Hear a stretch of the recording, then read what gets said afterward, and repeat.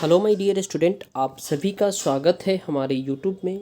Dear student, जैसा कि screen पर देख रहे हैं, आज हम समझने वाले क्लास 10th का विषय हमारा साइंस होगा, जो कि वर्कशीट नंबर 42B है और जिसका हम पार्ट 1 करेंगे और पार्ट 2। ठीक है, तो चलिए हम स्टार्ट करते हैं।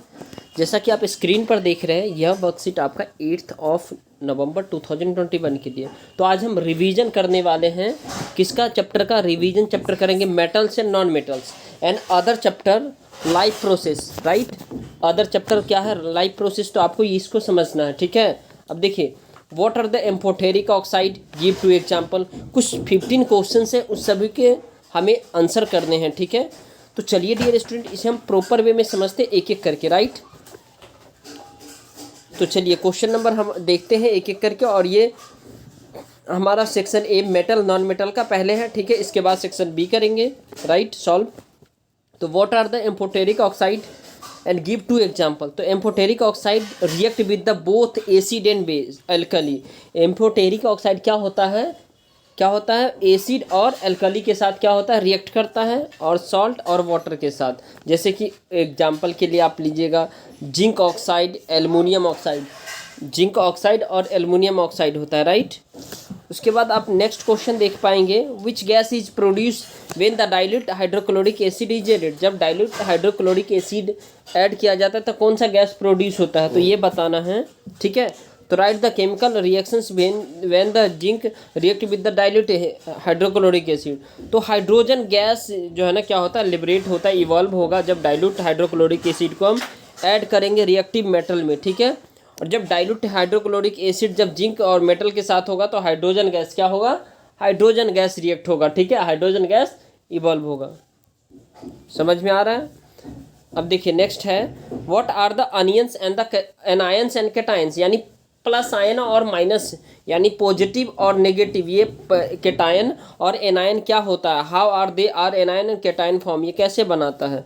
तो आपको सिंपल सा समझना है इसको। देखो, कैटायन पॉजिटिवली चार्ज होता है, जिसमें प्लस होता है उसको क्या कहते हैं? कैटायन। और जिसको माइनस होता है एनायन, जिसमें नेगेटिव हो चार्ज होता है, उसको एनायन कहते हैं। ये बनता है when the metal loose electron. जब मेटल इलेक्ट्रॉन को लूज करता है, और when the non metal gain the electron. जैसे कि एक एग्जांपल के थ्रू हम देखते हैं, Na+ और Cl- से। तो Na एक इलेक्ट्रॉन क्लोरीन को लूज करेगा और ये क्लोरीन एक इलेक्ट्रॉन गेन करेगा। राइट, अब देखिए क्वेश्चन नंबर 4 है, how are the ionic bond formed.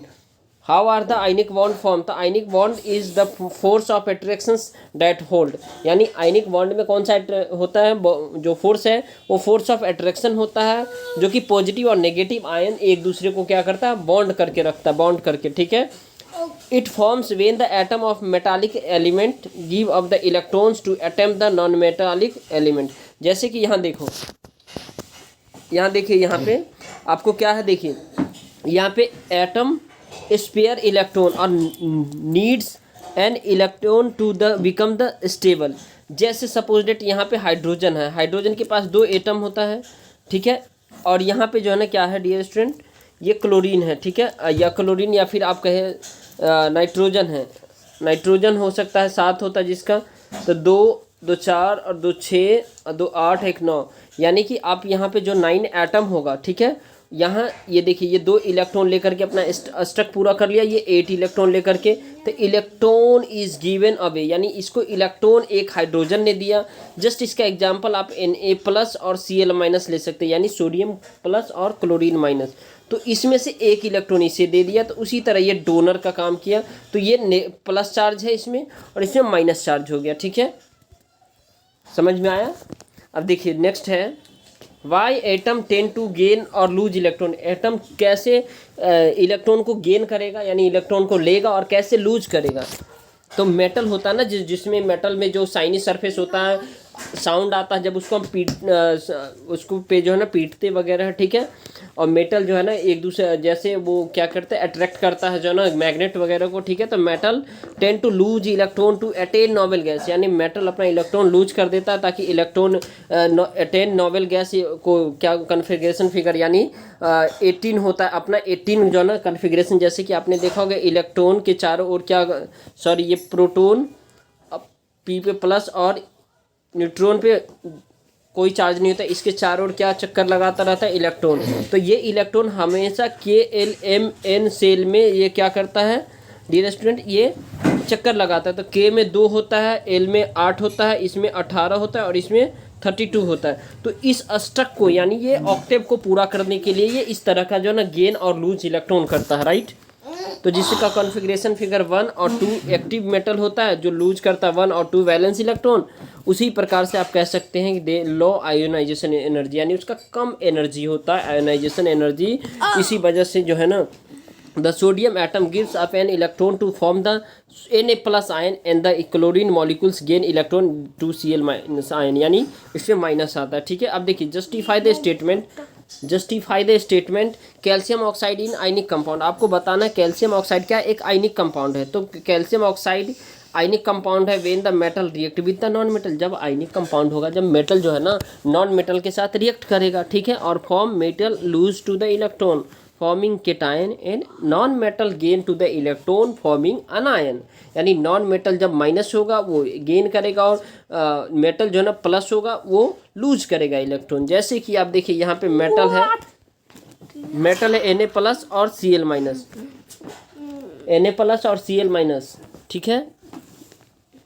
अब नेक्स्ट क्वेश्चन देखो, ये देखो कह रहा है explain the formation of sodium chloride and the magnesium chloride by the transfer of electron. यानी इसको एक्सप्लेन करना है ट्रांसफर ऑफ इलेक्ट्रॉन के थ्रू। तो देखो सोडियम क्या करता है Na प्लस होता है, एक इलेक्ट्रॉन होता है इस पे, और क्लोरीन पे एक माइनस। तो ये क्लोरीन को दे देता है तो ये Na प्लस और Cl माइनस बन जाता है। In the electrovalent bond is present, electrovalent bond इसमें है, ठीक है।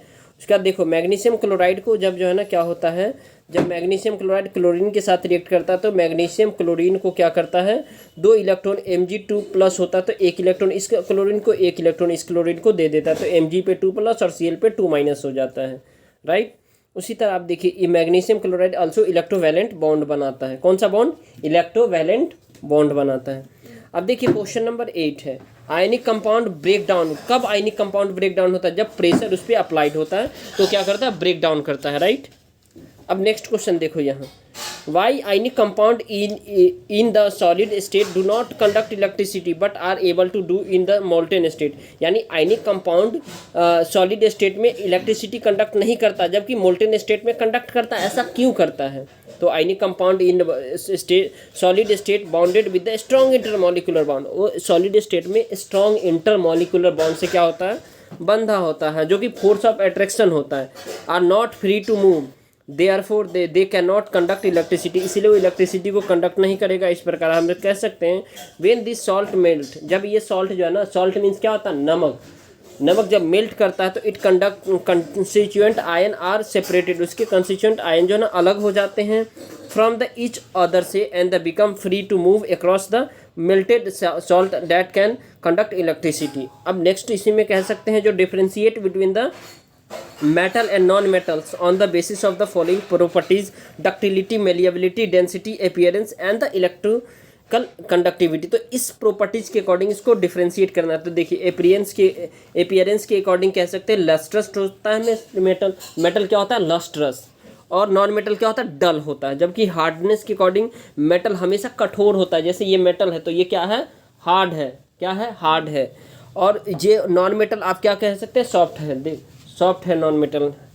उसके बाद मेलिएबिलिटी कह सकते हैं can be beaten into the thin sheet, इसको क्या किया जा सकता है थीन शीट पतले वायर में कन्वर्ट किया जा सकता है। Non metal can be beaten into the thin sheet can not, ये कभी नहीं किया जा सकता। जबकि डक्टिलिटी के आधार पर can be drawn into the wire, यानी मेटल को वायर के रूप में कन्वर्ट कर सकते हैं, नॉन मेटल को वायर के रूप में कन्वर्ट नहीं कर सकते हैं। और प्रॉपर्टीज हीट कंडक्शन होता है, यानी प्रॉपर्टीज में जो है ना मतलब मेटल में गुड कंडक्टर होता है हीट इलेक्ट्रिसिटी का, जबकि नॉन मेटल में कोई कंडक्टर नहीं होता, कुछ भी जो है ना उसमें इलेक्ट्रिसिटी फॉलो ही नहीं करता है। इलेक्ट्रिसिटी मतलब प्रोटॉन और इलेक्ट्रॉन का फॉलो होना होता है, ठीक है। कंडक्शंस ऑफ इलेक्ट्रिसिटी में क्या होता है गुड कंडक्टर ऑफ इलेक्ट्रिसिटी, ठीक है, जबकि पुअर कंडक्टर ऑफ इलेक्ट्रिसिटी होता है नॉन मेटल। अब 2 क्वेश्चन और कुछ क्वेश्चन और है, ठीक है।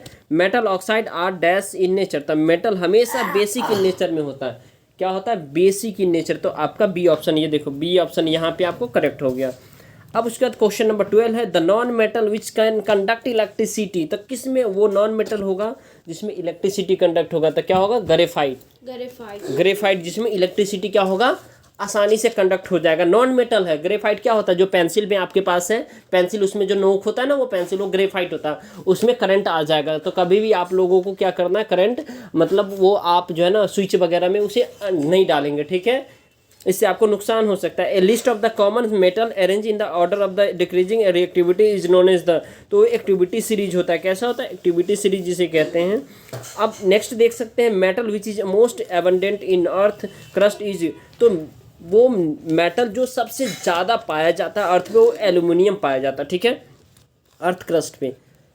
नेक्स्ट क्वेश्चन है the electronic configuration of the an element Z16। तो ये सल्फर का होता है, यू शुड रिमेंबर इट। 286 होता है। विल इट लूज 6 इलेक्ट्रॉन और गेन? तो it will gain electron as the losing quantity of the electrons in large gain two electron less than, so the electronic configuration it will 288। तो ये 2 electron को gain करेगा, ये loose नहीं करेगा, right. Dear student, इसे ज़रूर लाइक कीजिए, चैनल पे नहीं तो सब्सक्राइब कीजिए और अपने दोस्तों तक शेयर कीजिए। और सेकंड पार्ट अभी मैं कुछ टाइम में अपलोड करूँगा, ठीक है, उसे भी ज़रूर देखिए और अपने दोस्तों तक शेयर कीजिए। चलिए फिर मिलते हैं नेक्स्ट वर्कशीट में, तब तक के लिए bye bye, take care, have a nice day.